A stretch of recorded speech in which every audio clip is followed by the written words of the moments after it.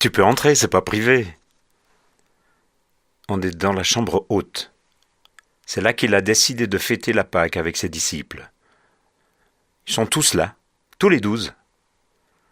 C'est une sacrée équipe, écoute-les! Ça discute, ça rigole. Viens, on va se mettre dans ce coin pour ne pas les déranger. Tu vois celui qui est assis à sa droite? Eh bien, c'est Jean. Il est de Galilée. Ou comme presque tous les autres d'ailleurs. Il est sympa, il est impulsif, mais sympa. Et là, de l'autre côté, c'est... Oh, oh, oh. Attends une seconde. Ils se taisent tous. Jésus va rompre le pain. C'est comme ça qu'on commence les repas chez nous. On rompt le pain et on dit merci à Dieu pour le repas. Ensuite, on peut tous manger. Mais ce soir, ce n'est pas un repas comme les autres. C'est la fête de la Pâque. On se souvient que Dieu nous a fait sortir de l'esclavage en Égypte au temps de Moïse. C'est très ancien, mais c'est aussi très actuel. Si Dieu a libéré son peuple il y a des siècles, il peut aussi nous libérer aujourd'hui. Il y a tellement de formes d'esclavage.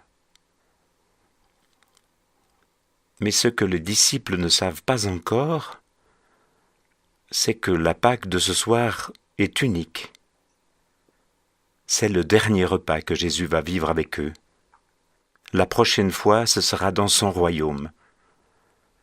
Désormais, chaque fois qu'on se réunira, on se souviendra de ce repas et surtout, on se souviendra de lui, de ce qu'il va faire. Ce repas est comme une sorte de préambule, le chant d'introduction au drame immense qui va se jouer dans quelques heures et que l'on va suivre ensemble, si tu veux bien me suivre, encore un peu. Mais écoute donc les disciples, ils ne comprennent rien à la solennité de cette heure unique. Ils se disputent entre eux, ils essayent de savoir lequel est le plus grand aux yeux du maître.